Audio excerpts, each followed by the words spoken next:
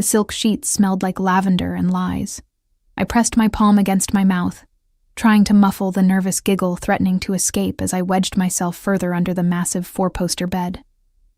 Dust tickled my nose. The hardwood floor was cold against my bare knees, and my wedding dress, this ridiculous confection of tulle and lace that had cost more than I made in 6 months waiting tables, bunched awkwardly around my thighs.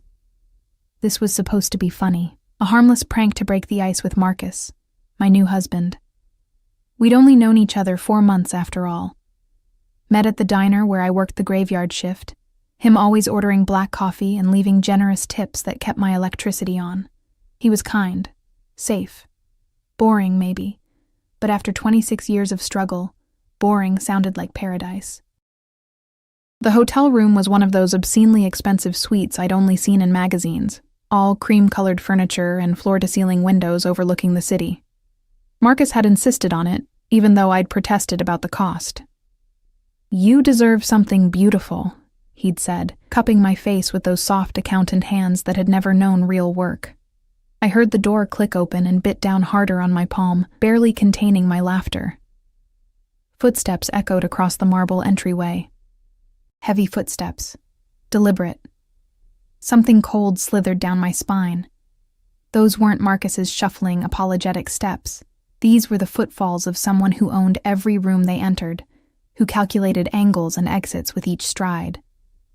Even muffled by the bed skirt hanging inches from my face, I could hear the difference. Feel it. The scent hit me next, not Marcus's drugstore cologne, but something darker, more expensive. Bergamot and leather and something else I couldn't name. Something that made my pulse quicken for reasons that had nothing to do with my stupid prank. "You can come out now." My heart stopped. The voice was deep, textured like smoke over gravel, with an accent I couldn't quite place. Definitely not Marcus. I stayed frozen, hardly breathing, my wedding dress rustling traitorously against the floor. Maybe he was talking to someone else. Maybe. "I can see your reflection in the window glass, under the bed." A pause. Clever hiding spot. Not clever enough. Oh God. Oh God, oh God, oh God. My mind raced through possibilities, each more terrifying than the last. Hotel staff? A thief? But no thief would sound so calm, so utterly in control, and no hotel employee would walk into an occupied honeymoon suite like they owned it. "I'm going to count to 3. If you're not out by then, I'll assume you're a threat that needs to be neutralized. 1. The casualness of that word, neutralized, sent ice through my veins. This wasn't a joke anymore. This wasn't anything close to funny. 2. My body moved before my brain caught up. Survival instinct overriding embarrassment. I scrambled out from under the bed, my dress catching on something and tearing with a sound that seemed obscenely loud in the sudden silence. I emerged on my hands and knees, hair falling in my face, probably looking like some kind of deranged bride from a horror movie. I looked up. The man standing by the window turned, and the city lights behind him created a halo effect that made it hard to see his features clearly, but I could make out enough. Tall, well over 6 feet. Broad shoulders filling out a black suit that probably cost more than my yearly rent. Dark hair styled with casual precision. And even from across the room, even in the dim light, I could feel the weight of his gaze. He studied me with the kind of attention that made my skin prickle. Not leering, not overtly threatening, but thorough, cataloging. Like he was memorizing every detail. The tear in my dress, the dust on my knees, the way my hands trembled slightly as I tried to smooth down my hair. "Wrong room," I managed, my voice coming out smaller than I wanted. I'm on my honeymoon. My husband will be back any second." Something flickered across his face. Not quite amusement, but close. He reached into his jacket, and every muscle in my body tensed, ready to run even though I knew I'd never make it to the door. He pulled out a phone. Expensive. Sleek. One of several, I noticed, lined up in his inner pocket like weapons. "Your husband," he said, his voice almost gentle in a way that was somehow worse than if he'd yelled. "Marcus Pemberton, 5'9", brown hair, works at Davidson & Associates as a junior accountant." My mouth went dry. "How do you..." He also stole $300,000 from my organization over the past 8 months. Small amounts, carefully hidden in budget discrepancies and ghost accounts. Very clever. Almost clever enough. The room tilted. I grabbed the bedpost to steady myself. The wood smooth and solid under my palm. The only real thing in a world that had suddenly stopped making sense. That's not... Marcus did. He pocketed the phone, never breaking eye contact. The wedding was smart. I'll give him that. Joint accounts, shared assets, makes it much harder to freeze his funds when they're entangled with an innocent party. His head tilted slightly. You are innocent, I assume? I don't know what you're talking about. My voice cracked. I don't know anything about... We just got married today, this morning. I believe you. 2 words that should have been reassuring but somehow weren't, because the way he said them suggested he'd already run a complete background check. Already knew everything about my life, from my maxed out credit cards to my student loans, to the fact that I still sent money to my sick mother every month, even when it meant eating ramen for a week. Where is he?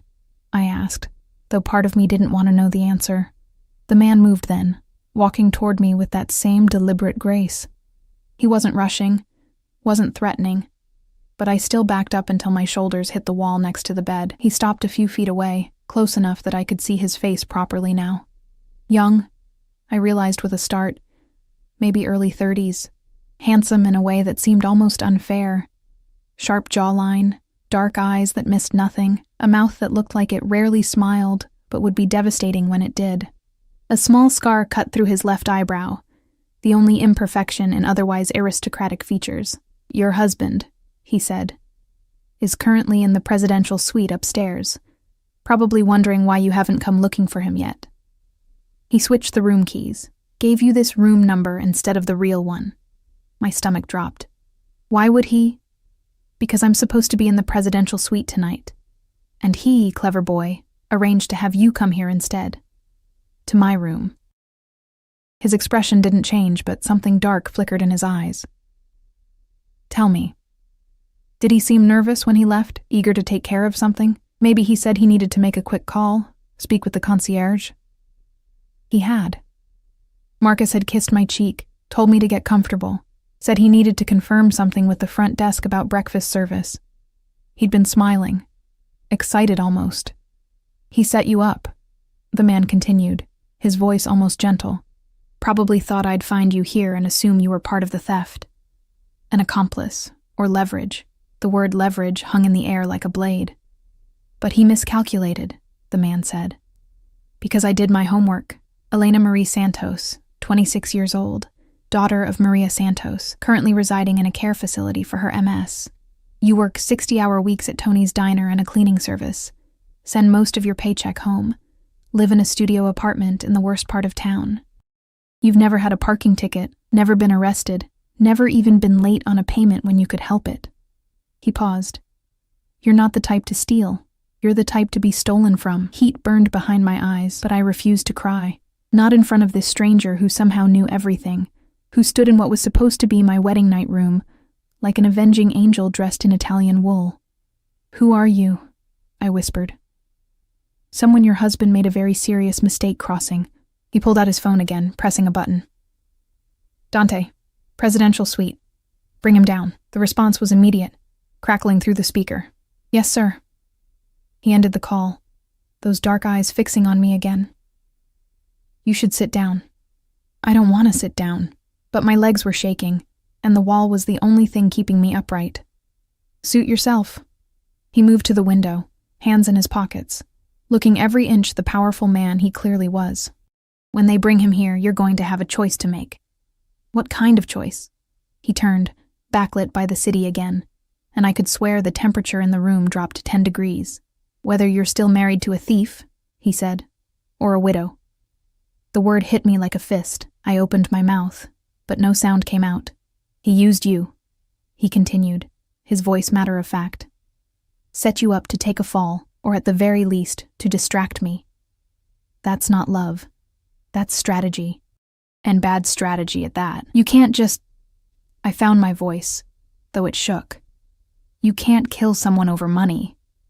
It's not about the money. For the first time, Something hot flashed in his eyes, real emotion breaking through that controlled surface. It's about respect, trust, the understanding that when you take from certain people there are consequences. Your husband knew who he was stealing from. He did it anyway. Worse, he tried to use an innocent woman as a shield. The door opened. 2 men entered, both massive, both wearing suits that barely contained their bulk, both moving with military precision. Between them, Marcus stumbled, his face white with terror. His eyes met mine, and I saw it. The guilt, the fear, the calculation even now, trying to figure out if I could still be useful. "Elena," he started, his voice high and thin. "I can explain."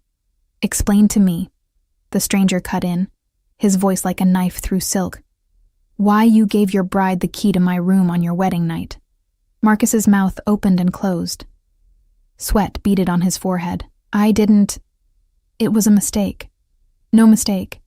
You switched the room assignments, had her come here while you waited upstairs, probably ready to run the moment you heard screaming." The stranger took a step toward Marcus, and even the 2 large men holding him seemed to tense. "Did you think I'd hurt her? Use her to get to you? Or were you just hoping I'd be distracted long enough for you to disappear?" "Please," Marcus whimpered. "I'll give it back. All of it.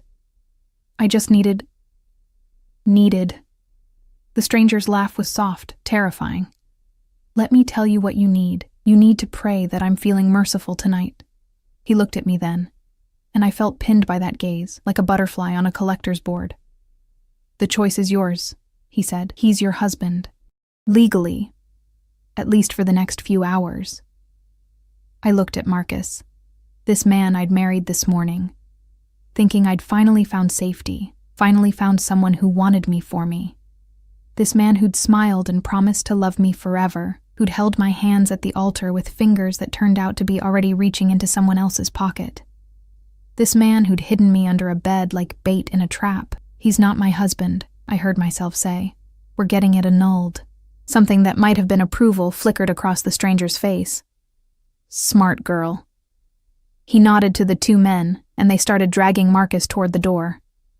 Marcus fought, screaming my name, screaming promises and apologies and threats all jumbled together. The door closed behind them, muffling his voice until there was nothing but silence and the ghost of lavender-scented lies.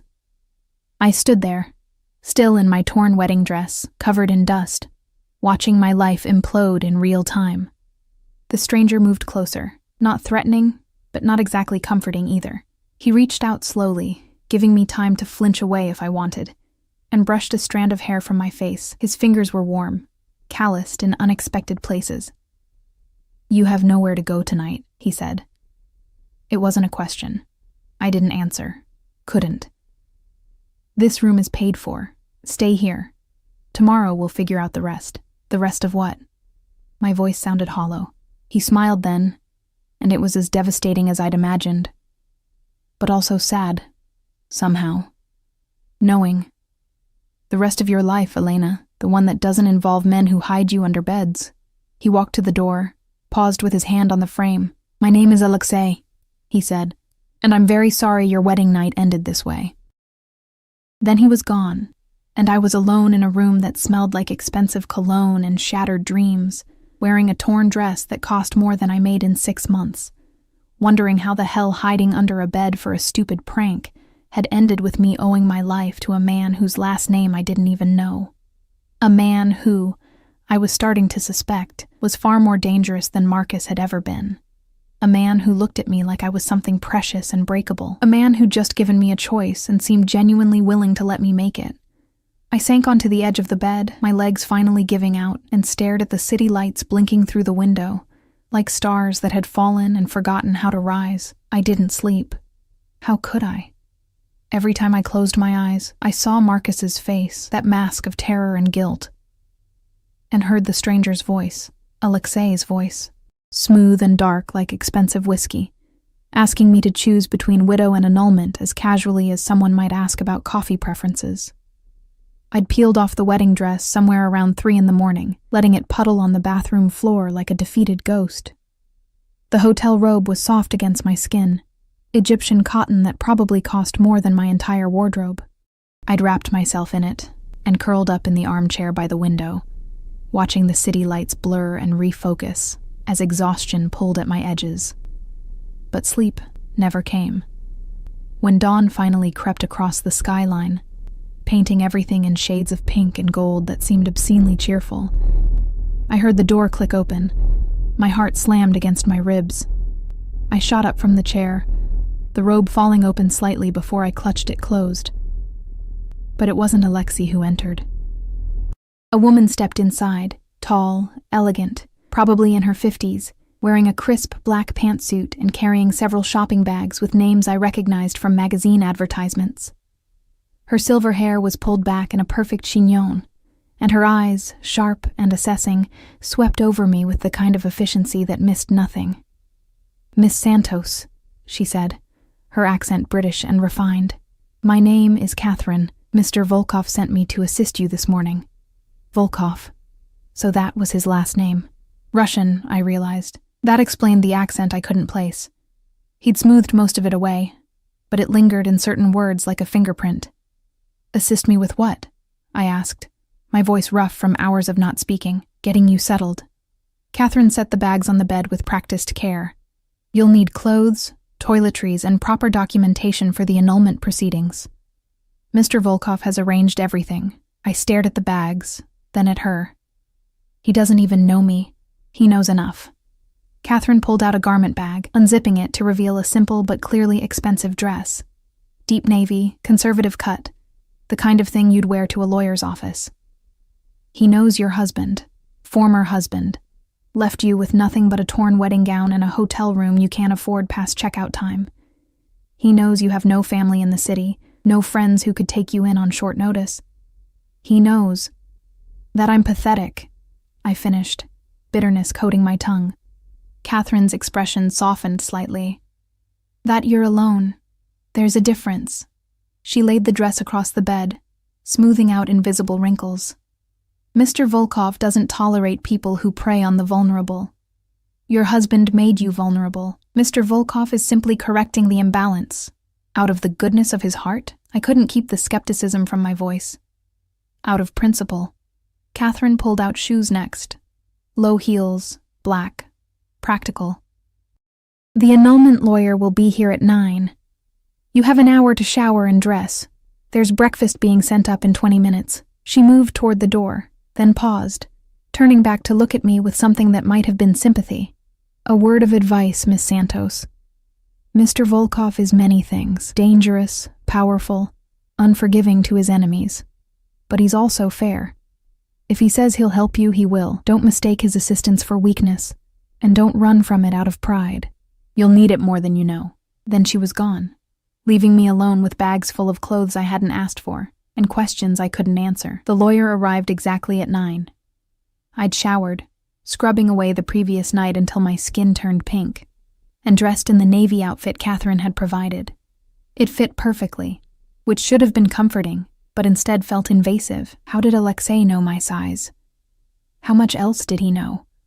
The lawyer was a small, nervous man named Peterson, who kept adjusting his glasses and wouldn't quite meet my eyes. He spread papers across the coffee table, explaining in rapid, clinical terms how the annulment would work.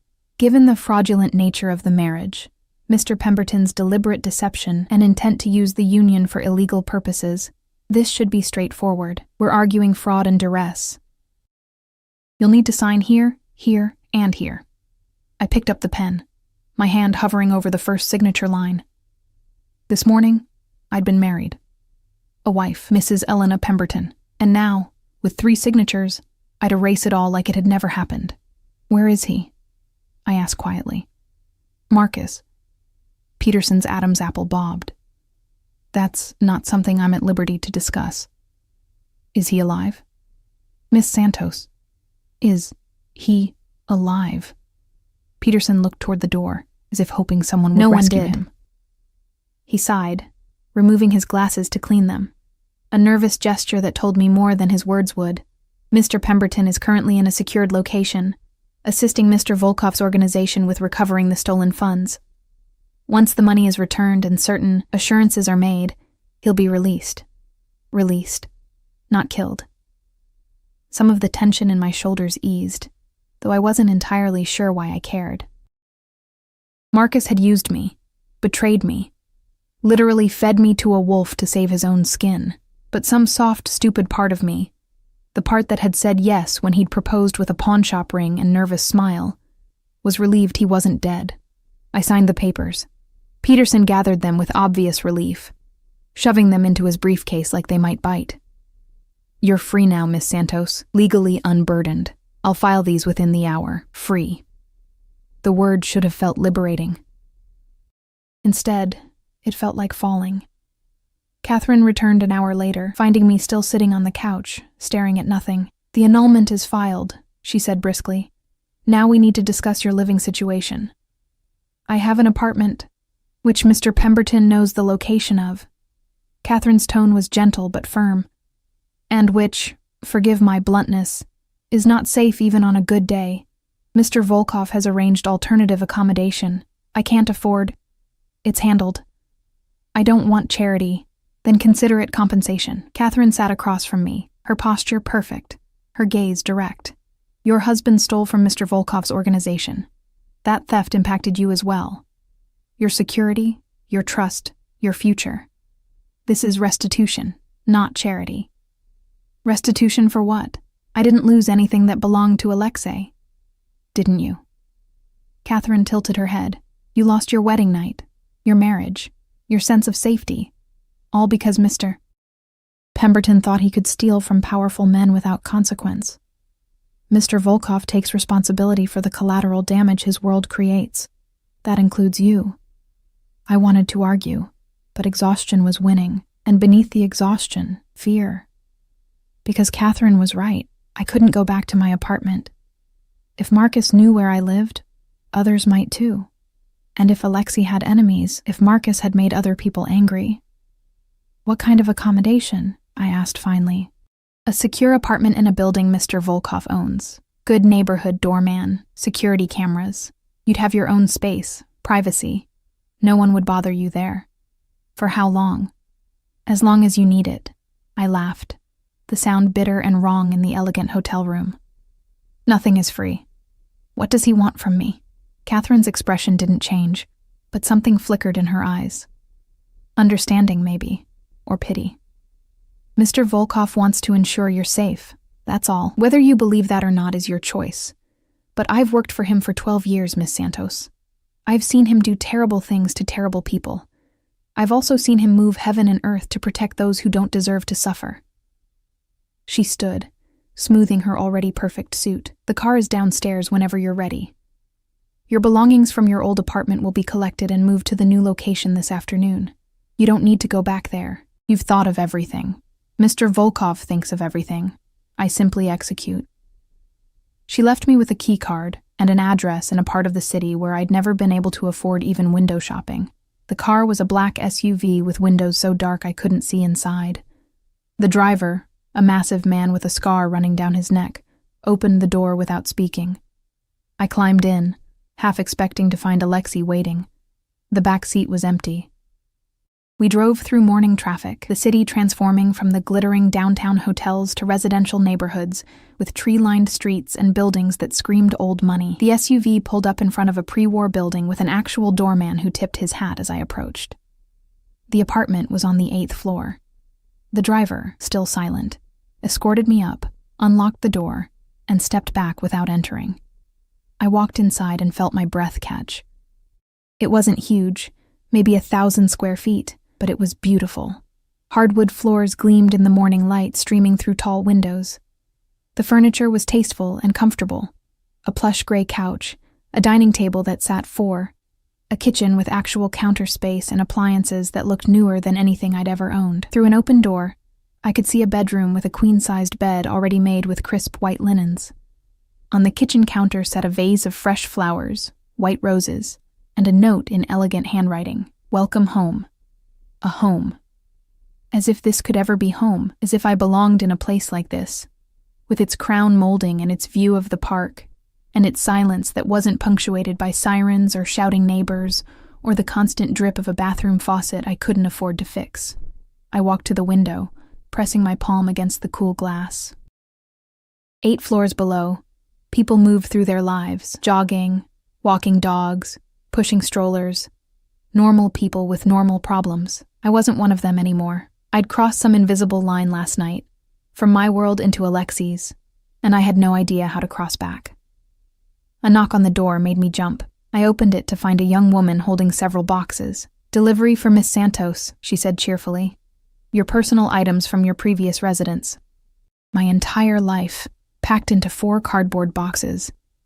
It should have been depressing, but instead it felt like proof that I'd existed before last night, that I'd built something, even if it was small and fragile and ultimately temporary. I spent the afternoon unpacking, hanging my threadbare clothes in a closet designed for designer gowns, arranging my battered books on pristine shelves, setting up my ancient laptop on a desk that deserved something better.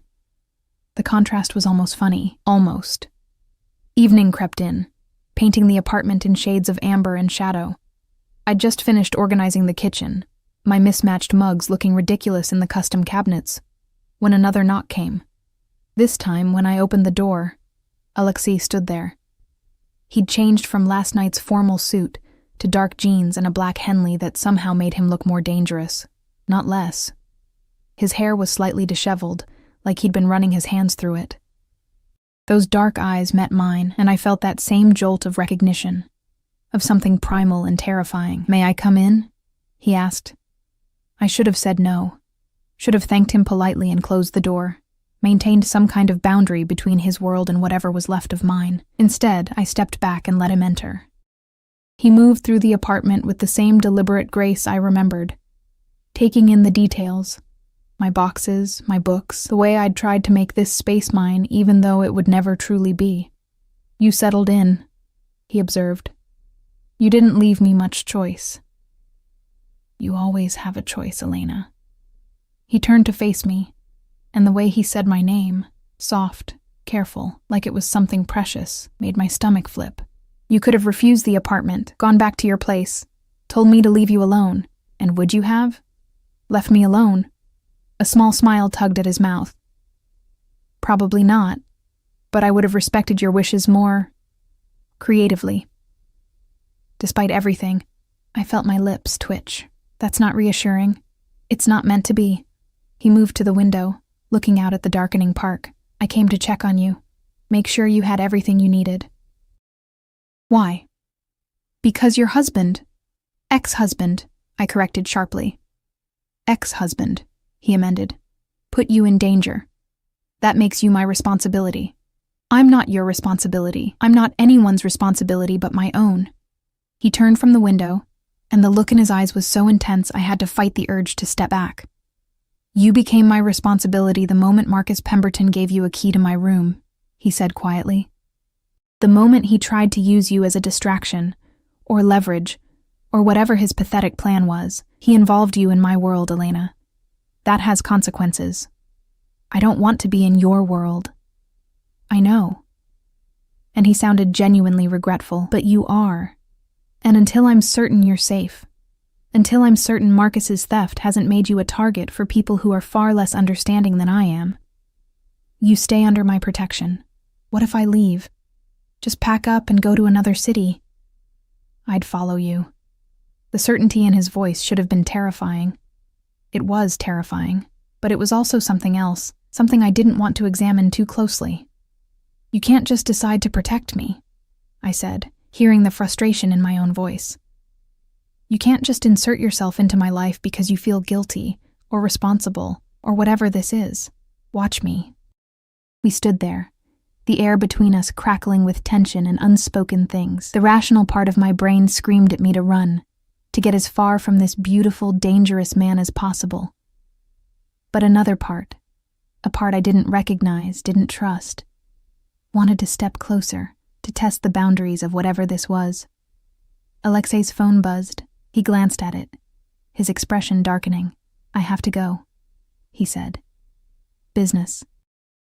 The kind that ends with people in secured locations? I couldn't help the bite in my words, sometimes. He moved toward the door, then paused. "There's a phone in the top drawer of the nightstand. My number is programmed in. If you need anything, Anything at all. You call me, day or night. I won't. You will. His gaze pinned me. Because despite what you think, Elena, you're smart, and smart women know when to ask for help, even from dangerous men. He left before I could respond, the door clicking shut with a finality that felt too much like punctuation on a sentence I hadn't agreed to write. I walked to the bedroom, pulled open the nightstand drawer. Sure enough, a sleek smartphone sat there, top of the line, with only one contact saved, Alexei. I stared at the name for a long moment, then closed the drawer and climbed into bed, still wearing the navy dress Catherine had provided. Outside, the city hummed and glittered and lived its life.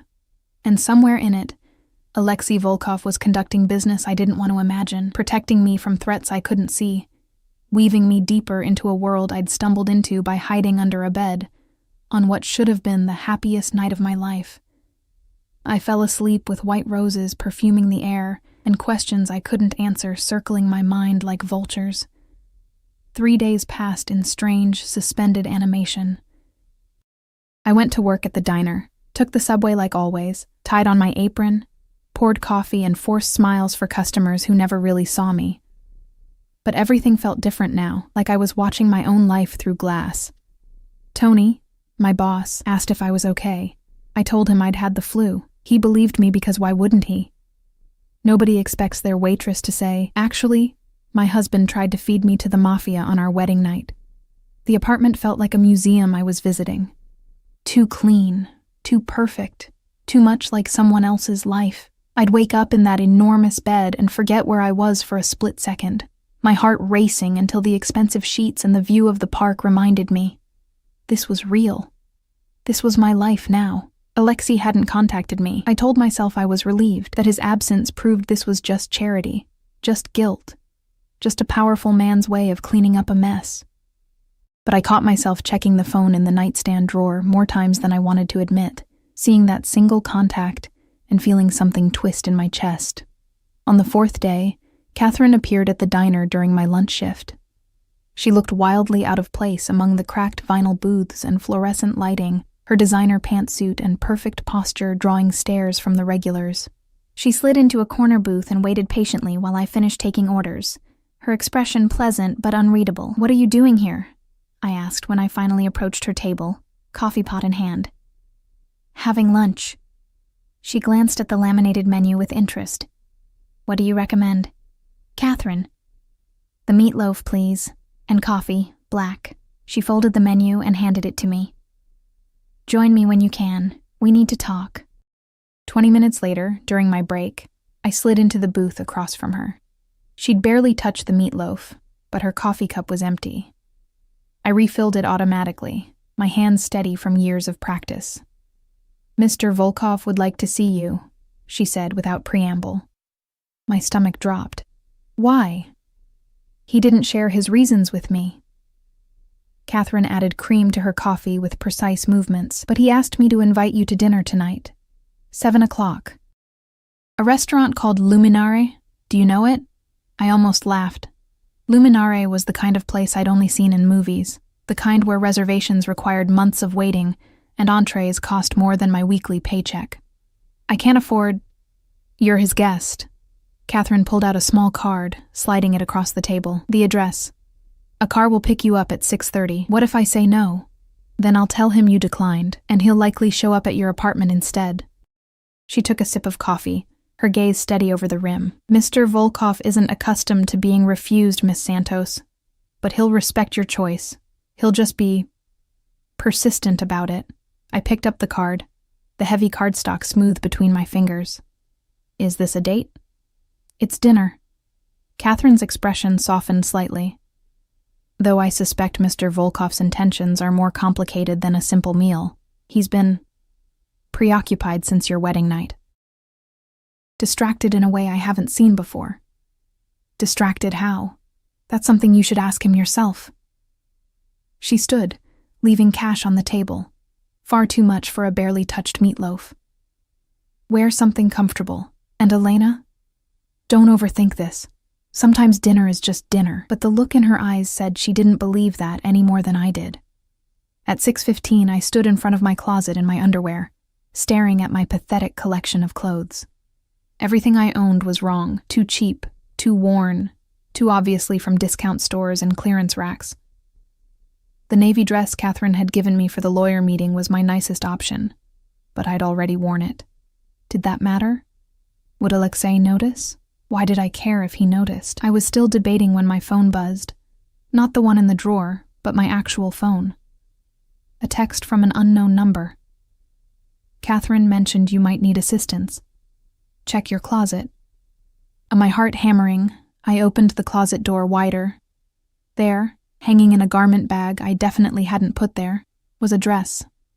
I unzipped the bag with shaking hands. The dress was midnight blue, almost black, made from fabric so soft it felt like water sliding through my fingers. Simple cut, elegant lines, nothing too revealing but undeniably sophisticated. Shoes sat in a box below, heels higher than I usually wore but not impossible. And underneath, wrapped in tissue paper, a set of delicate gold jewelry. The price tags were gone, but I knew without checking that this outfit cost more than I made in several months. I should have been angry. Should have texted back something sharp about boundaries and presumption and not wanting to be dressed like a doll. But my fingers were already reaching for the dress, pulling it from the bag, holding it against my body as I turned toward the mirror. The woman staring back at me looked like someone who belonged in Alexei's world. Someone confident and beautiful, and worthy of expensive restaurants and dangerous men in Italian suits. I hated that I liked it.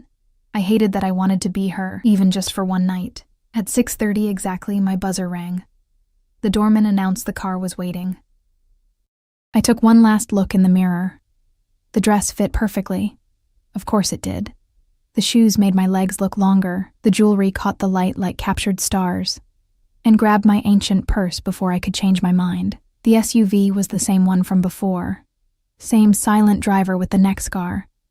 But this time, when the back door opened, Alexei sat inside. My breath caught. He wore a charcoal suit that probably cost more than my monthly rent, his dark hair styled back, a watch glinting at his wrist that could have paid off my student loans, but it was his expression when he saw me that made my pulse stutter, something raw and unguarded flashing across his face before his usual control slammed back into place. "Elena," he said, and my name in his voice sounded like a prayer. "You look beautiful. You bought me a dress." I climbed in, hyper-aware of how close we were in the confined space. He smelled like bergamot, and something darker, more dangerous. "You can't just buy me clothes. I can do anything I want." But there was a slight smile playing at his mouth. "The question is whether you'll accept it. You're wearing the dress, so I'll take that as tacit approval. I didn't have anything else nice enough for—" I stopped, realizing how that sounded. "For me?" His smile widened fractionally. "I'm not that shallow, Elena. You could show up in your work uniform, and I'd still want to have dinner with you." "Why?" The SUV pulled into traffic. Through the tinted windows, the city slid past like a dream. "Because I can't stop thinking about you," Alexei said simply. "Because you made a choice that night. Chose annulment over widow without hesitation. Chose your own integrity over whatever security Marcus might have represented. Because you didn't cry or beg or try to manipulate me into sympathy. You just stood there in your torn wedding dress covered in dust and made a decision." He turned to look at me fully. "I've met very few people who can do that when their world is falling apart. You held a man's life in your hands and made me choose. That's not exactly fair." "No," he agreed. "But it was honest. I don't lie, Elena, not to people I respect. I told you the truth about Marcus, about the consequences of his actions, and I let you decide how you wanted to proceed. Most people in my position would have just made the decision for you. And you're better than most people. I'm worse than most people in almost every way." His voice was matter-of-fact, no false modesty. "But I don't pretend otherwise. That's the difference." The SUV stopped in front of Luminare. The driver opened my door, and Alexei's hand was there, helping me out. His palm was warm, calloused in places that suggested he did more than sign papers and make phone calls. The restaurant was even more intimidating than I'd imagined. All soaring ceilings and crystal chandeliers, well-dressed people speaking in hushed voices, waiters gliding between tables like silent ghosts. The maitre d' recognized Alexei immediately, his professional expression warming into something approaching genuine pleasure. "Mr. Volkov, your table is ready." We were led to a private corner booth, secluded but with a perfect view of the entire restaurant. I noticed Alexei positioned himself, so his back was to the wall, so he could see all the entrances and exits. Old habits, I supposed, or current necessities. "Wine?" he asked, as we settled into seats that felt like butter-soft clouds.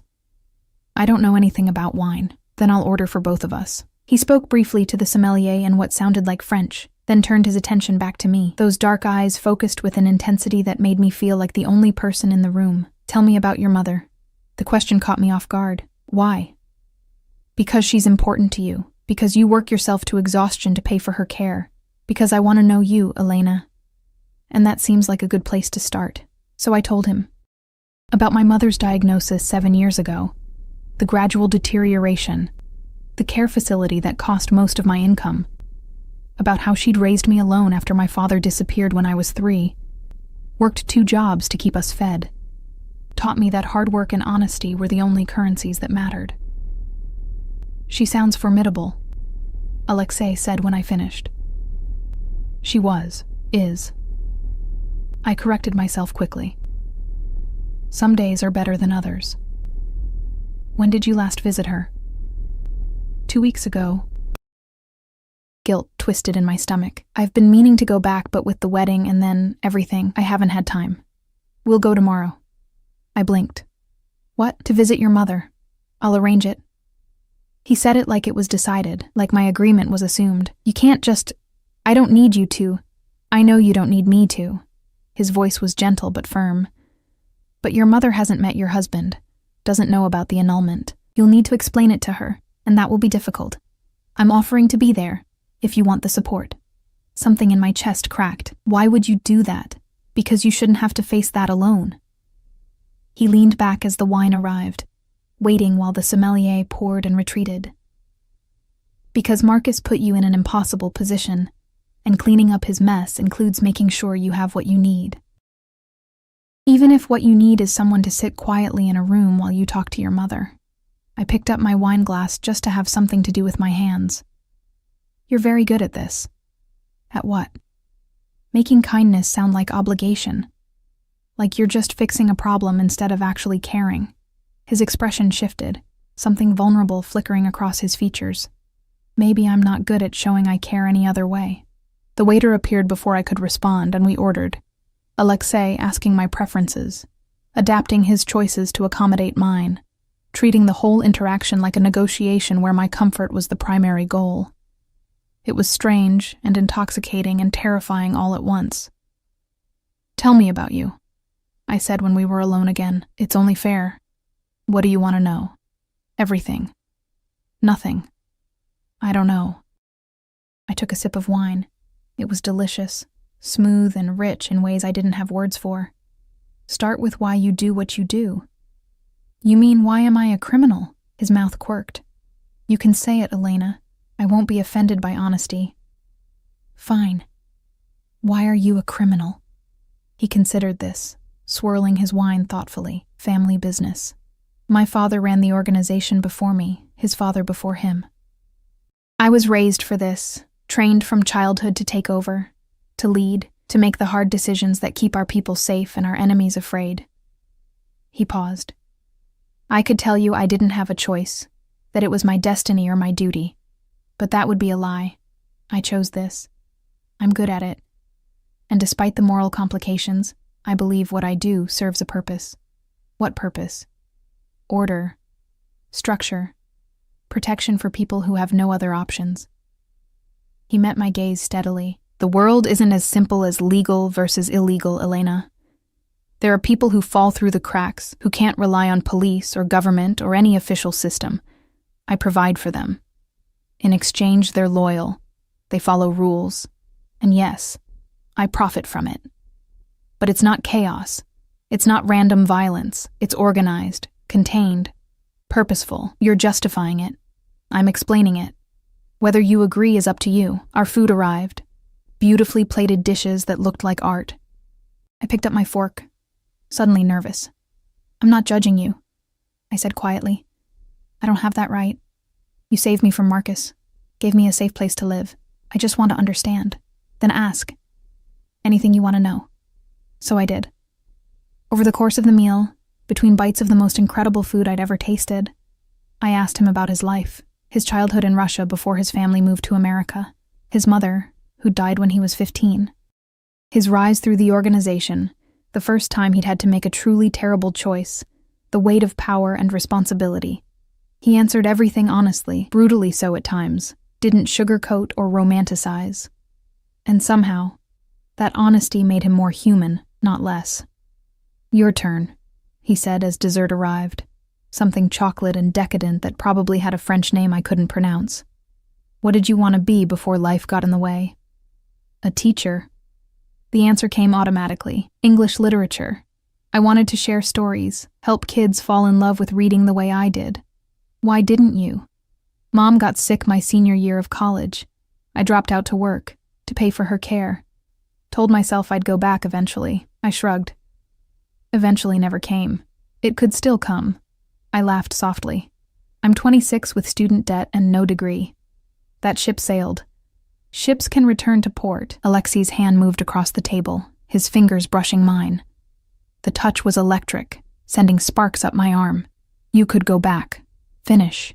Teach. On what money? On money that's already been set aside for exactly that purpose. I froze. What? The 300,000 Marcus stole. He's paying it back. Slowly, painfully. But he's paying. I don't need it. Consider it restitution for what he took from you. Alexei's thumb traced circles on my knuckles, the gesture absent and intimate. Finish your degree, Elena. Become who you were supposed to be. Tears burned behind my eyes. I pulled my hand back, needing distance, needing to think. I can't take money from you. That's not... We barely know each other. Then get to know me. His voice was low, intense. Let me take you to see your mother tomorrow. Have dinner with me again. Let me show you that I'm not just some monster who solves problems with violence and money. Aren't you, though?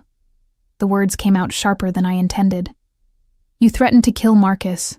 You have people in secured locations. You run an organization that does illegal things. Beautiful words over expensive wine doesn't change that. No, he agreed, it doesn't. I am those things, Elena. Dangerous. Violent when necessary. Unforgiving to people who cross me. He leaned forward, and the candlelight caught in his eyes, making them glow like embers. But I'm also someone who keeps his word, who protects what's mine, who looks at a woman hiding under a bed in a torn wedding dress and sees something worth saving. I didn't need saving. Maybe not. But you deserved better than what Marcus gave you. And I can give you better. A future. Options. Safety. His voice dropped lower. Anything you want, Elena. You just have to let me. The weight of his attention was overwhelming. I felt like prey caught in a predator's gaze, but prey that the predator was trying desperately not to devour. I should go, I whispered. This is too much. Then we'll go. He signaled for the check without looking away from me. But I'm taking you to see your mother tomorrow. 2:00. I'll pick you up. Alexei. 2:00, Elena. It wasn't a request. The drive back to my apartment was silent, tension thrumming between us like a live wire. When we pulled up to my building, Alexei walked me to the door, his hand resting on the small of my back. Protective, possessive. At the elevator, he stopped, turning me to face him. His hand came up to cup my cheek, thumb brushing across my skin with devastating gentleness. Thank you for tonight, he said. For giving me a chance to be more than the monster you met 4 days ago. You're still a monster, I said. But my voice had no strength. I know. He smiled, sad and knowing, but maybe I can be your monster if you let me. He leaned down, and for one breathless moment I thought he was going to kiss me, but his lips brushed my forehead instead, soft and reverent, before he stepped back. 2:00 tomorrow, he reminded me. Sleep well, Elena. Then he was gone, leaving me trembling in the elevator, my forehead burning where his lips had touched. my mind spinning with impossible choices and dangerous wants. I fell into bed still wearing the midnight blue dress, clutching my phone like a lifeline, wondering when exactly I'd stopped being afraid of Alexei Volkov and started being afraid of how much I wanted him to kiss me like he meant it. At 2 o'clock exactly, Alexei's SUV pulled up to my building. I'd spent the morning alternating between pacing and staring at my closet, trying to decide what you wear to introduce a Mafia boss to your dying mother. Eventually, I settled on jeans and a simple sweater. My own clothes, not his gifts. I needed to feel like myself for this. Not like the woman in the midnight blue dress who'd let a dangerous man brush his lips across her forehead and liked it far too much. Alexei was waiting in the back seat again, but today he wore dark jeans and a leather jacket over a gray Henley, more casual, more approachable. Almost normal, if you didn't notice the way his driver kept constant vigilance, or the barely visible outline of what was probably a gun beneath the jacket. "Thank you for coming," I said, as I climbed in, trying to keep my voice steady. I said I would. His eyes traced over my face, reading things I didn't want him to see. "How are you feeling?" Terrified. Honesty seemed easier than pretense with him. I have to tell my mother her daughter was married and unmarried in the span of 4 days, that the man I chose was a thief and a coward, that I was stupid enough to— Elena. His hand covered mine, warm and solid. "You weren't stupid. You were hopeful. There's a difference. Feels the same from where I'm sitting." The drive to the care facility took 30 minutes through traffic that Alexei's driver navigated with practiced efficiency. I watched the city slide past, my stomach knotting tighter with each mile. The building appeared too soon, a pleasant 3-story structure with gardens and a fountain, the kind of place that cost everything I had and still never felt like enough. Inside, the familiar smell hit me, antiseptic and flowers, and something indefinable that all medical facilities shared. The receptionist recognized me immediately, her professional smile warming. "Elena, your mother will be so happy to see you. She's in the sunroom." Her gaze slid to Alexei with obvious curiosity. "This is—" I hesitated, unsure how to introduce him. Friend seemed absurd. Protector sounded insane. "Alexei," he supplied smoothly, extending his hand. "A friend of Elena's." The receptionist shook it, clearly charmed. Of course she was. Alexei had probably been charming people since birth, wielding that devastating smile like a weapon. We walked through familiar hallways, my heart hammering harder with each step. Alexei stayed close, but not hovering, his presence solid and grounding without being overwhelming. He'd shortened his stride to match mine, I noticed. Small details that suggested he was paying attention, adjusting himself to my comfort. My mother sat by the window in her wheelchair, sunlight painting her silver hair gold. She'd lost more weight since my last visit, her frame more fragile, but her eyes were bright and alert today. Good day then. Thank God for small mercies. "Miha!" Her face lit up when she saw me, arms extending. "You came." I crossed to her quickly, bending to embrace her carefully. She felt like bird bones and tissue paper in my arms. "Of course I came, Mama. I'm sorry it's been so long. You're busy, I know. Working too hard as always." Her gaze shifted past me to Alexei, interest sparking. And who was this handsome man? I straightened, suddenly acutely aware of how this looked. Me, showing up after weeks away with a man who screamed money and danger in equal measure. "Mama, this is Alexei. He's a friend. A friend who makes you blush." My mother's smile was knowing, teasing in the way only mothers could manage. "Come closer, Alexei. Let me see you properly." Alexei moved forward with easy grace, taking my mother's extended hand and bringing it to his lips in a gesture that should have seemed ridiculous, but somehow wasn't. "Mrs. Santos, Elena speaks of you often. It's an honor to finally meet you." My mother actually giggled. "Oh, Elena, this one is dangerous." "You have no idea," I muttered. We settled into chairs. There was a small seating area in the sunroom, comfortable furniture arranged to encourage visiting. Alexei positioned himself so he could see the door. Old habits even here, but his attention seemed genuinely focused on my mother. "So, Alexei," my mother said, her English accented but clear. "How did you meet my daughter?" I tensed, but Alexei handled it smoothly. Through unfortunate circumstances that I'm trying to make right, Elena found herself in a difficult situation, and I was in a position to help. What kind of situation? Mama, I started. But Alexei's hand found mine, squeezing gently. It's all right. He looked at my mother with unexpected softness. Mrs. Santos, Elena was recently married to a man who turned out to be less than he appeared. The marriage has been annulled. I'm helping her through the aftermath. The sunroom went very quiet. My mother's expression shifted through several emotions. Shock, confusion, hurt that I hadn't told her, and finally, understanding. Oh, mija. Her voice was soft. When? 5 days ago. My throat was tight. I'm sorry I didn't tell you sooner. I didn't know how. This man who married you, he hurt you? Not physically. I blinked back tears. But yes, he hurt me. My mother's hand gripped mine with surprising strength. Then he is a fool, and you are better without him. Her gaze shifted to Alexei. And you? What are you to my daughter? Alexei met her stare directly. No flinching, no deflection. Someone who wants to see her happy, safe, someone who will make sure no one hurts her again. That sounds like a promise. It is. The weight of that simple statement hung in the air.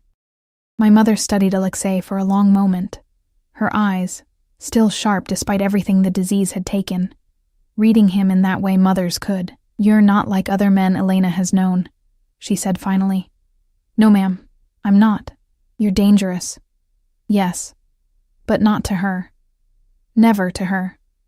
My mother nodded slowly, seeming satisfied with something I couldn't quite name. Then I trust you to keep that promise, Alexei. My daughter has been alone too long, trying to carry everything herself. She needs someone strong enough to stand beside her. Mama, please. My face was burning. This isn't... We're not... Not yet, my mother said with certainty that made my stomach flip. But you will be. I can see it. Alexei's thumb traced circles on my knuckles, and I realized we were still holding hands. When had that happened? When had his touch become something I didn't question? We spent the next hour talking, my mother telling embarrassing childhood stories while Alexei listened with genuine interest, occasionally asking questions that showed he was actually paying attention. He was good with her, patient and respectful, never condescending despite her halting English and occasional confusion when the disease clouded her thoughts. At one point, a nurse came to take my mother for her afternoon medication. While she was gone, I stood at the window, staring out at the gardens without really seeing them.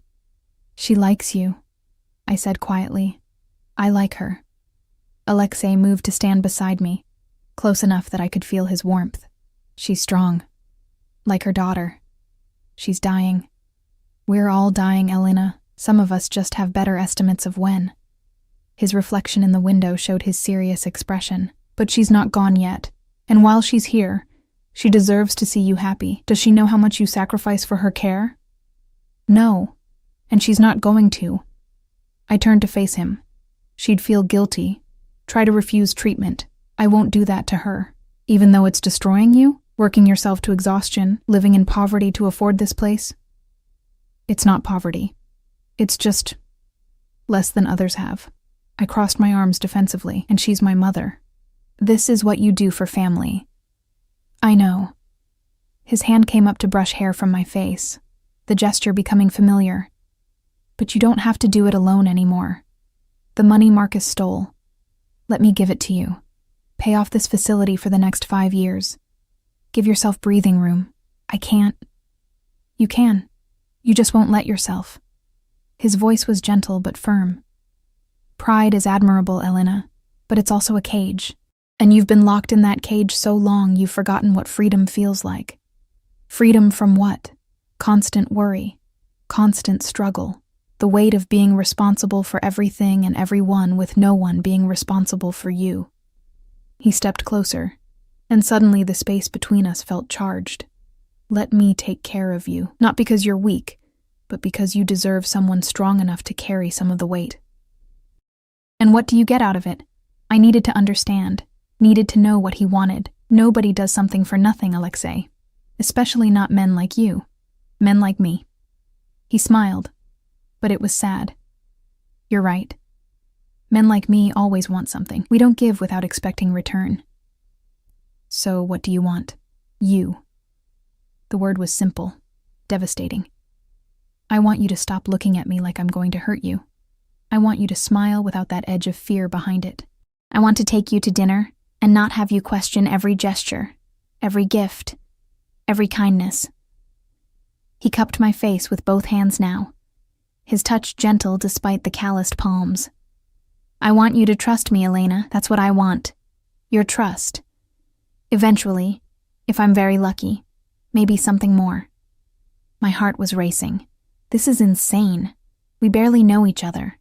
I know you work 2 jobs and still find time to visit your mother. I know you sacrifice everything for the people you love. I know you're terrified right now, but standing here anyway because you're braver than you think. His thumb brushed across my cheekbone. I know that when you smile, really smile, not that customer service smile you wear like armor, it makes something in my chest feel like it's breaking and healing at the same time. Alexei, I know this is fast. I know it doesn't make sense. I know I'm dangerous and complicated and everything you should run from. His forehead touched mine, and his breath was warm against my lips.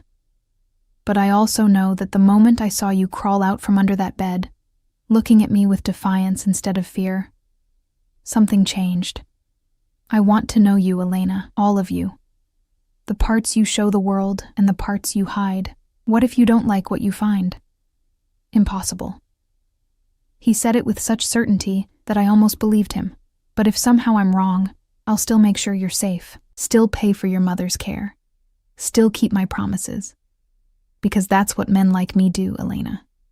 We keep our word, especially to people we care about. You barely know me, I whispered. How can you care? How can you breathe? How does your heart beat? Some things just are. His lips brushed my temple, soft and reverent. Let me in, Elena. Please. I swear I'll be careful with you. The worst part was that I wanted to. God help me. I wanted to let this dangerous, beautiful man past every wall I'd built. Wanted to believe that someone could want me not for what I could give them, but just for existing. Wanted to lean into his warmth and let someone else be strong for once. The sound of my mother's wheelchair interrupted the moment. We stepped apart as the nurse wheeled her back in, but not before my mother caught the expression on my face. Her knowing smile suggested she'd seen everything she needed to see. The rest of the visit passed in comfortable conversation.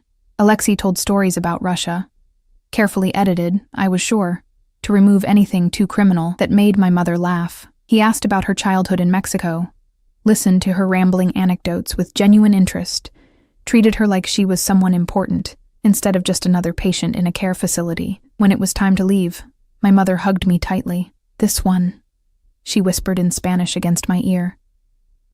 Don't let him go, mija. Men who look at you like you're precious are rare. Mama, it's not like that. It will be. She pulled back, cupping my face with shaking hands. I've lived long enough to recognize love when I see it beginning. He's falling for you. And you, my stubborn daughter, are falling right back. I'm not. You are. She kissed my forehead. Let yourself fall, mija. I think he'll catch you. In the SUV on the way back, Alexei was quiet, seeming lost in thought. The silence should have been awkward, but wasn't. It felt comfortable, like we'd moved past the need to fill every moment with words. Thank you, I said finally. For coming, for being kind to her. I liked her. She reminds me of my mother, strong, no patience for lies. He turned to look at me. She's right, you know. About what? About you being stubborn. His mouth quirked. But also about everything else. My stomach flipped. Alexei, I'm taking you to dinner again. Tomorrow night. Somewhere less formal. There's a place I think you'll like. Small, family-owned, best Italian food in the city. You're very sure of yourself. I'm sure of what I want. There's a difference. His hand found mine again, that now familiar touch. Say yes, Elena. I should have said no. Should have put distance between us, protected myself from whatever this was becoming. But my mother's words echoed in my head. Let yourself fall. And maybe, Just maybe I was tired of always being safe. Yes, I heard myself say. His smile was brilliant, transforming his face from dangerously handsome to absolutely devastating. Good. 7 o'clock. Wear whatever you want. Your clothes, my gifts, doesn't matter. I just want you there. When we reached my apartment, he walked me up again. At my door, he pulled me close, one hand splaying across the small of my back, the other cupping my face.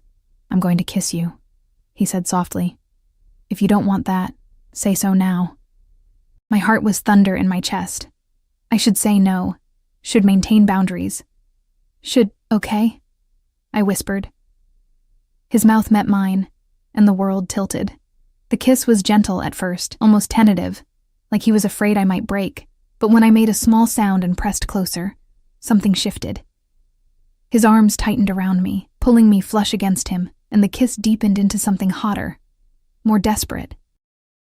He tasted like coffee and promises, and his hands in my hair felt like anchoring points in a spinning world. When we finally broke apart, both breathing hard, he rested his forehead against mine.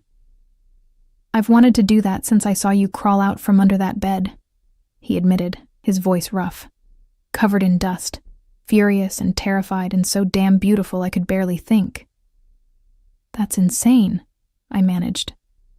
Probably. He kissed me again, softer this time.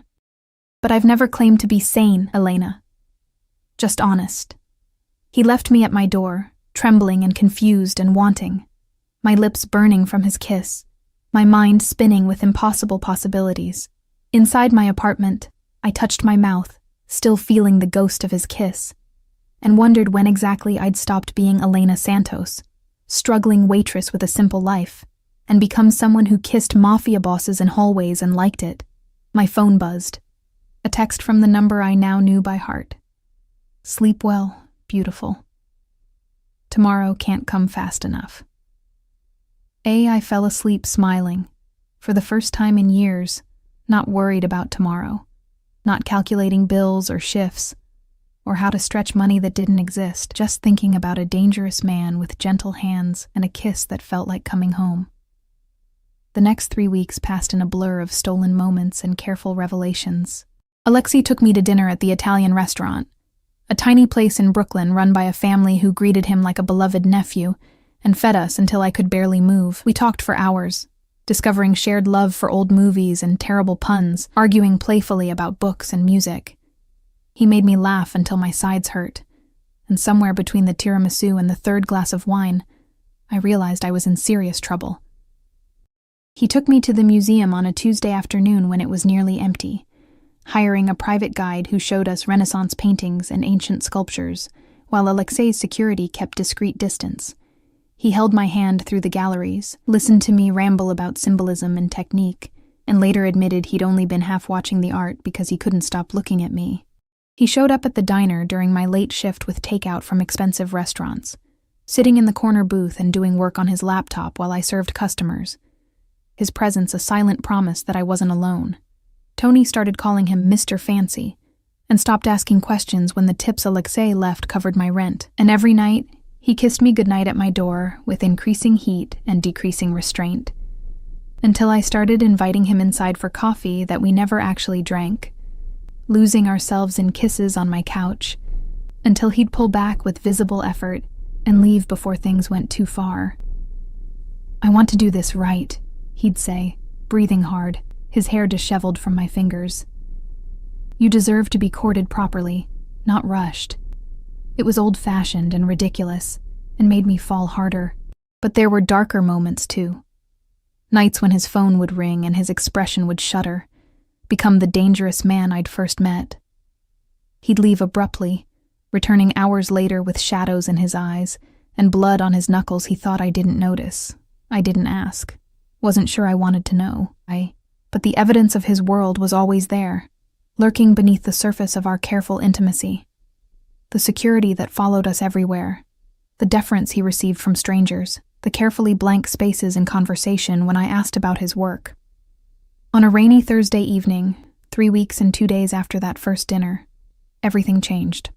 I was closing at the diner, late shift, just me and Tony cleaning up, when the door chimed. I looked up from wiping tables, ready to say we were closed, and felt my blood freeze. Marcus stood in the doorway, soaked from the rain, looking haggard and desperate. He'd lost weight, his suit hanging wrong, dark circles under his eyes making him look 10 years older than the man I'd married. "Elena," he said, his voice cracking. "Please, I need to talk to you." Tony moved immediately, positioning himself between us. "You need to leave, buddy." "It's okay, Tony." I surprised myself with how steady my voice was. "Give us a minute?" Tony looked doubtful but nodded, retreating to the kitchen but leaving the door open. I could feel him watching, ready to intervene. Marcus moved closer, and I saw the trembling in his hands, the fear radiating from him like heat. "You look terrible," I said flatly. "I am terrible." He laughed, the sound broken. "Everything you think about me, everything Volkov told you, it's all true. I'm a coward and a thief, and I used you in the worst way possible. Why are you here, Marcus? To apologize, to warn you." He ran shaking hands through his hair. "Elena, you need to get away from Alexei Volkov. He's dangerous. I know what he is." I crossed my arms. "He's been very honest about it. Has he told you about the people he's hurt? The things he's done?" Marcus's voice rose desperately. "He's not some gentleman criminal from a movie, Elena. He's a killer. A monster. And whatever he's doing with you, it's not love. Men like him don't love. They possess. They consume." "And what did you do, Marcus?" My voice was cold. "You loved me so much you tried to feed me to him, set me up to take a fall, or at least distract him while you ran. That's your version of love? I was desperate. I made a mistake. You made a choice. You chose to steal from dangerous people. Chose to marry me knowing what might happen. Chose to give me a key to his room and hope for the best." I stepped closer, and he actually flinched. "Alexei gave me choices. You gave me lies. So don't stand there and lecture me about monsters when you're the one who threw me to the wolves. He's using you." "No." The certainty in my voice surprised me. "He's protecting me. There's a difference. For now." Marcus's eyes were wild. "But what happens when he gets bored? When you stop being interesting? When some other woman catches his eye?" "Men like Volkov don't do commitment, Elena. They do conquest. And you're just—" He never finished the sentence. The diner door opened again, and Alexei walked in with 2 of his security. He was dressed for business, full suit, that dangerous edge sharp and visible. His eyes found me first, scanning for injury with the efficiency of long practice, then locked onto Marcus. The temperature in the room dropped 10 degrees. "You were told to stay away from her," Alexei said quietly. Too quietly. The kind of quiet that preceded violence. Marcus went white. "I just wanted to—" "You wanted to poison her against me. Make her afraid, convince her I'm the villain in this story." Alexei moved forward with that predatory grace, and Marcus backed up until he hit a table. "But here's the thing, Marcus. Elena is smart. She knows exactly what I am, and she's choosing to stay anyway. That must kill you. She doesn't know. I know everything." I found my voice, surprised by its strength. "He's told me, shown me. I know he's dangerous. I know what his world is, and I'm still here." Alexei's expression softened when he looked at me, just for a moment, before turning back to Marcus. "You've repaid 80% of what you stole. The remaining 60,000 will be forgiven on one condition." Marcus's eyes widened with desperate hope. "Anything. You disappear, leave the city, change your name if you want, but you never contact Elena again. Never come near her, never speak about her, never even think about her if you can help it." Alexei's voice was soft steel.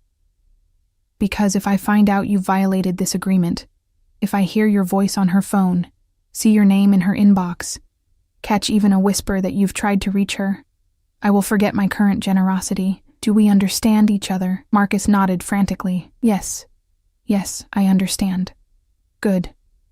Alexei gestured to his security. "Make sure he catches the next flight out. I don't care where. Just far from here." They escorted Marcus out, and then it was just us, me and Alexei and Tony watching suspiciously from the kitchen. "You okay?" Alexei asked gently. He called you a monster. I am a monster. He said you'd get bored with me, move on to someone else. Something flashed in Alexei's eyes. Anger, maybe, or hurt. Is that what you think? No. I moved closer, closing the distance between us. I think you're a lot of things. Dangerous, yes. Violent when you need to be. Operating outside the law in ways I don't always understand. But you've never lied to me. Never pretended to be something you're not. And you've kept every promise you've made. His hands framed my face, thumbs brushing my cheekbones. I won't get bored, Elena. I won't move on. When I want something, I keep it, protect it. And I've never wanted anything the way I want you. That sounds like possession. It is. He didn't deny it. But it's also devotion. Obsession, maybe. I think about you constantly. You're the last thing on my mind before I sleep and the first when I wake. I've rearranged my entire schedule to steal hours with you. I've turned down business deals because they'd take me out of the city for too long. His forehead touched mine. You've become essential, Elena. Like breathing. And I know that's intense and probably terrifying, but it's the truth. My heart was racing. What if I can't handle your world? What if it becomes too much? Then we figure it out together. I'll protect you from it as much as I can. But I won't lie. There will be hard moments, dangerous moments, times when you'll question if this is worth it. His voice dropped lower. All I can promise is that I'll never betray you, never use you, never make you feel like you're less important than anything else in my life. Alexei, I love you. The words hung in the air between us, simple and devastating. I know it's too soon. I know it doesn't make sense. But I fell in love with you somewhere between watching you make choices that terrified you, and listening to you talk to your mother, and seeing you smile when you think no one's watching. I love you, Elena, and I need you to know that before you decide what happens next. Tears burned behind my eyes. This is insane. Probably. He smiled, that devastating expression that made my knees weak. But I've never claimed to be sane, just honest. I kissed him. Hard. Pouring 3 weeks of wanting and confusion and fear and hope into it. He responded immediately, arms wrapping around me, lifting me slightly off my feet, as the kiss deepened into something desperate and claiming. When we broke apart, both breathing hard, I saw Tony watching from the kitchen with obvious interest. Take me home, I whispered against Alexei's mouth. Not the apartment you gave me. Your home. I want to see where you live. His eyes darkened with heat and something deeper. Elena, I know what I'm asking. I know what it means. I met his gaze steadily. I love you too. It's terrifying and illogical and probably the worst decision I've ever made. But it's true. I love you, Alexei Volkov, so take me home and show me your world. All of it. The smile that crossed his face was pure joy, unguarded and beautiful. He kissed me again, softer this time. Reverent. You're sure? I've never been more sure of anything. Alexei's penthouse was everything I expected, and nothing like I imagined. Yes, it was luxurious. Floor-to-ceiling windows overlooking the city, expensive furniture, artwork that probably cost more than most people's houses, but it was also lived in. Books stacked on tables, a half-empty coffee cup in the kitchen, photographs scattered across a desk, showing a young Alexei with a beautiful woman who must have been his mother. It's not what you expected, he said, watching me explore. I thought it would be colder, more like a showroom. I picked up one of the photographs, studying his young face. This is more human. I'm human, Elena, just a human who makes inhuman choices sometimes. He moved behind me, arms wrapping around my waist. But here, in this space, I get to just be Alexei. Not a boss, not a threat. Just a man who likes strong coffee and old jazz and beautiful women who call him out on his bullshit. I turned in his arms, facing him. What happens now? Whatever you want. His hands traced up my sides, the touch both possessive and gentle. We can take this slow. I can take you back to your apartment, keep courting you properly. Or I can take you to bed and spend all night showing you exactly how much I love you. His voice was rough with want. But once we cross that line, Elena, there's no going back. You'll be mine completely, and I'll be yours. No half measures. No holding back. My pulse thundered. That sounds like a threat. It's a promise. He kissed my neck, making me gasp. I'll worship you, protect you, give you everything you've ever wanted and things you didn't know to ask for. But I'll also be possessive, jealous. I'll want to know where you are, who you're with. I'll eliminate threats you don't even see coming. I'll reshape my entire world to make sure you're safe and happy. That's a lot. I know. His teeth grazed my pulse point. Too much. I should have said yes. Should have asked for time, for space, for sanity, but I was tired of being careful. Tired of protecting myself from every possible hurt. This man, dangerous, powerful, completely devoted, was offering me everything, and God help me, I wanted it. Not enough. I whispered. Show me, Alexei. Show me what it means to be yours. He didn't need to be told twice. He carried me to his bedroom, all dark colors and soft sheets and windows that turned the city into a carpet of stars. And then he proceeded to take me apart with kisses and touches and whispered promises in Russian I didn't understand, but felt in my bones. He was gentle and demanding by turns, learning my body like it was sacred text, finding places that made me gasp and moan and beg for more. And when we finally came together, when he was buried deep inside me with my name on his lips like a prayer, I felt something click into place. This was home. Not the apartment he'd given me, or the life I'd built before. Him. Us. This dangerous, beautiful man who looked at me like I was precious, and fought the world to keep me safe. Afterwards, wrapped in his arms with the city glittering below, I felt him press a kiss to my temple. Mine, he murmured. Forever mine. Forever yours, I agreed. But I'm keeping my job at the diner, he laughed, the sound rich and warm. Wouldn't dream of taking it away, though I reserve the right to show up and distract you during shifts. Deal. I tilted my head to look at him. What about my degree? You said, already arranged. You start next semester. Full scholarship. Everything covered. His fingers traced patterns on my spine. You're going to be an incredible teacher, Elena. Tears burned my eyes. How did this happen? How did I go from hiding under a bed on my wedding night to this? Fate. Luck. Marcus being an idiot. Alexei pulled me closer. Does it matter? You're here now, safe, loved, exactly where you're supposed to be, with a Mafia boss, with the man who loves you more than anything in his violent, complicated world. He kissed me slowly. I know this isn't a fairy tale, Elena. There will be hard days, dangerous moments, times when you'll hate what I have to do. But I swear I'll always come back to you. Always protect you. Always love you like you're the only thing that matters. Because I am? Because you are. His smile was soft. You're everything, Elena. My redemption. My purpose. My home. I kissed him, pouring every ounce of love and trust and terrified hope into it. And as the city sparkled beyond the windows and his arms held me safe, I finally understood what my mother had meant. Sometimes you have to let yourself fall. And if you're very lucky, you find someone strong enough to catch you. Someone dangerous and devoted and completely, utterly yours. 6 months later, I graduated with honors, my teaching degree finally complete.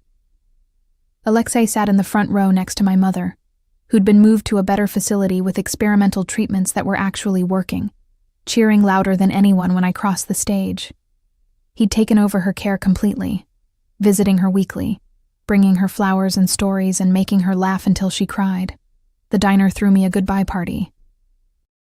Tony cried and gave me a plaque that read, "Best damn waitress ever." Alexei bought the building and ensured Tony got a fair lease, because that's what he did. Protected the people I loved with the same ferocity he protected me. I started teaching at a high school in Brooklyn, sharing my love of literature with students who needed someone to believe in them. Some days were hard, but I'd come home to Alexei, because I'd officially moved into the penthouse 2 months ago, and he'd listen to my frustrations and remind me why it mattered. His world still scared me sometimes. The phone calls at odd hours, the security that shadowed me everywhere, the careful omissions in conversation about where he'd been or what he'd done. But he kept his promises, never lied. never made me feel less important than his business. And when darkness crept too close, when I saw things I wished I hadn't, or understood too much about what protection really meant, he held me and reminded me that love wasn't about being perfect. It was about choosing each other anyway. On a cool evening in October, Alexei took me back to Luminare, the restaurant where we'd had our first real date. We sat at the same table, ordered the same wine, and somewhere between dessert and coffee, he got down on one knee. The ring was perfect, a sapphire surrounded by diamonds, unique and beautiful and completely unlike the pawnshop band Marcus had offered. "Elena Santos," Alexei said, his voice steady despite the emotion in his eyes. "You crawled out from under a bed and into my life, and nothing has been the same since. You've made me better, softer, human in ways I'd forgotten. I know I'm not easy. I know my world is complicated and dangerous, but I love you more than I knew it was possible to love someone. Marry me. Not for security or safety or any practical reason. Marry me because you love me back, because you want to build a life with a man who will spend every day trying to deserve you." I was crying. Didn't care. Yes. God, yes. He slipped the ring on my finger, stood, and kissed me like we weren't in a public restaurant with people watching. Kissed me like I was air and he'd been drowning. "I'll do it right this time," he promised against my lips. "Big wedding, your mother walking you down the aisle, everything you deserve. I just want you," I whispered back. "Everything else is just decoration." We were married 3 months later in a small ceremony at the care facility so my mother could attend. She cried through the whole thing, radiant in her wheelchair, telling anyone who'd listen that she'd known from the start we were meant to be. Alexei's family flew in from Russia, cousins and associates and people I was probably better off not knowing too much about. But they were kind to me, respectful, welcoming me into a world I was still learning to navigate. And when Alexei said his vows, promising to love, protect, cherish, and sometimes protect me from himself, I knew with absolute certainty that this was right. Not safe, not simple, not anything like the life I'd imagined when I'd hidden under that bed on my first wedding night, but real, true, built on honesty and choice and love that was equal parts terrifying and transcendent. As we danced at the reception, held at a venue Alexei had rented entirely, with security disguised as guests and celebration that lasted until dawn, I rested my head on his chest and listened to his heartbeat. "No regrets?" he murmured into my hair. "Only one," I said, smiling up at him. His expression flickered with concern. "What?" "That I didn't crawl out from under that bed sooner." I pulled him down for a kiss. Could have saved us both some time. His laugh was everything, joy and relief and love so fierce it stole my breath. "I'd have waited forever, Elena Volkov," he said. "You're worth every second." And as the music swirled around us and the city glittered beyond the windows, and my dangerous, devoted husband held me like I was something precious, I finally understood. Sometimes the wrong room leads you exactly where you're meant to be. Sometimes monsters are just men who love too fiercely, and sometimes hiding under a bed on your wedding night is the beginning of the greatest love story you'll ever live. Mine started with lavender-scented lies and a stranger's dark eyes. It became truth and devotion, and a love that nothing, not danger, not doubt, not even my own fear, could ever take away. Forever his. Forever mine.